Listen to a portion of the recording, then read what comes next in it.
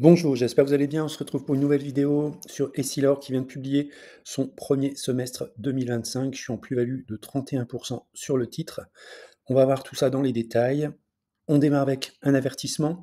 Je ne suis pas conseiller financier et cette vidéo n'a pas pour but de vous proposer un placement financier ou un quelconque conseil d'achat, mais uniquement un but pédagogique et de partage. Vous restez responsable de vos investissements. Alors effectivement, si on va sur le site Essilor Luxottica, la partie investisseur, vous avez accès aux publications. On est le 28 juillet 2025. La société a donc publié ses résultats semestriels 2025.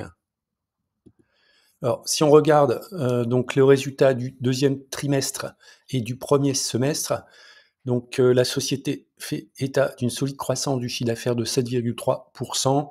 Alors, tous les segments sont en progression.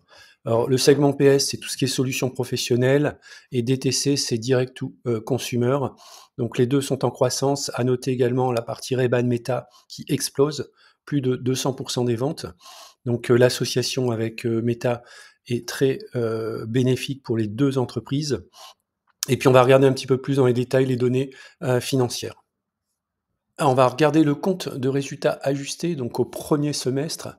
Donc on peut voir que comparativement au semestre de l'année précédente, toutes les lignes sont dans le vert. On a une progression du chiffre d'affaires de plus de 5%, la marge brute de plus de 4%. Le pourcentage du chiffre d'affaires correspond à 63%, donc une marge brute qui est assez importante. On a un résultat opérationnel qui est en hausse de 4% et un résultat net part du groupe qui est en hausse de 3,1%. Maintenant, si on regarde le chiffre d'affaires du groupe par activité et par zone géographique, donc l'activité solutions professionnelles et direct to consumer, c'est à peu près 50-50.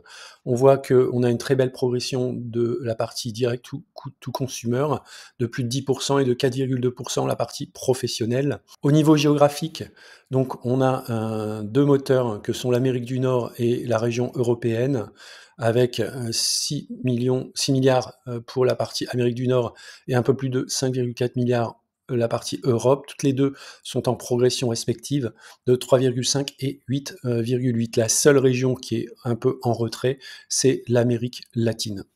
Si on regarde maintenant les perspectives à long terme, c'est un point très important. Le groupe confirme son objectif de croissance annuelle du chiffre d'affaires de l'ordre de 5%, donc on est quand même dans le single digit, 5%, entre 2022 et 2026 à taux de change constant, visant un chiffre d'affaires de l'ordre de 27 à 28 milliards d'euros et anticipe l'atteinte d'un résultat opérationnel ajusté de l'ordre de 19 à 20% du chiffre d'affaires à la fin de cette période. Si on regarde maintenant les droites de régression, donc c'est une croissance du modèle qui a plus de 10%. Donc on voit quand même qu'il y a un petit ralentissement de la croissance. Elle est actuellement à 246,20 € pour une valeur théorique de 246,62 € sur des droites de régression qui prennent en compte les cours sur les 24 dernières années.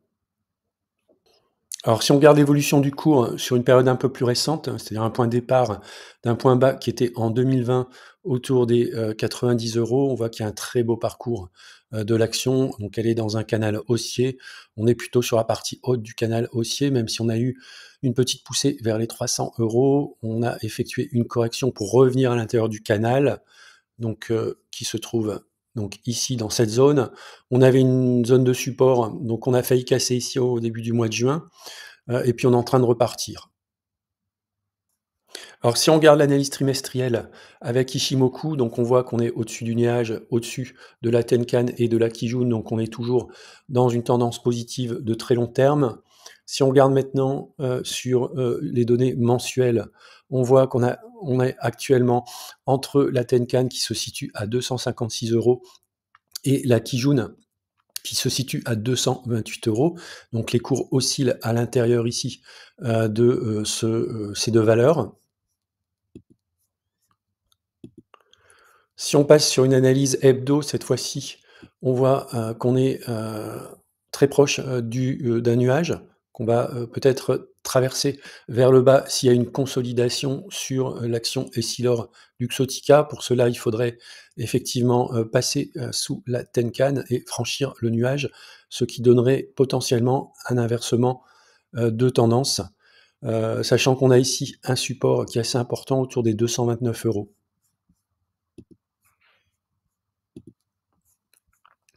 Et si on regarde au niveau, journalier, on voit qu'on est quand même depuis un petit moment à peu près au niveau, du nuage, ce qui donne, une période d'incertitude. Donc il faudra attendre, quelques jours, voire, 1 semaine ou 2 pour peut-être, voir s'il y a une tendance qui se dégage. Alors soit à la hausse, soit à la baisse. On a 2 bornes au niveau, quotidien. Donc la première borne qu'on a signalée, ce sont les 229 € et puis une première borne haute à 253 € et une deuxième qui se situe ici à 262 €, qui correspond à un pic qu'on avait, rencontré le vendredi 23 mai. Position et stratégie sur Essilor Luxottica, je possède 44 actions. Donc on est dans le top 5 hein, de mon PEA avec, une valorisation en plus de 11 000 €. Je suis en plus-value de plus de 31. Alors c'est une société plutôt de croissance qui délivre un peu de dividendes, mais pas trop, 1,58 €. Je suis en fait à 2,07 sur PRU, puisque mon PRU est beaucoup plus bas que le cours actuel, il se situe à 190 €. On voit quand même qu'il y a une croissance régulière des dividendes dans le temps, c'est le graphique que vous avez en bas à gauche et puis, donc pour conclure, c'est une valeur de fonds de portefeuille avec une progression régulière du dividende. Donc pour moi, ça c'est intéressant en termes de vision moyen-long terme et notamment un point qui est très, très important, c'est le partenariat avec Meta qui est réussi, puisque, les Ray-Ban Meta se vendent très, très bien.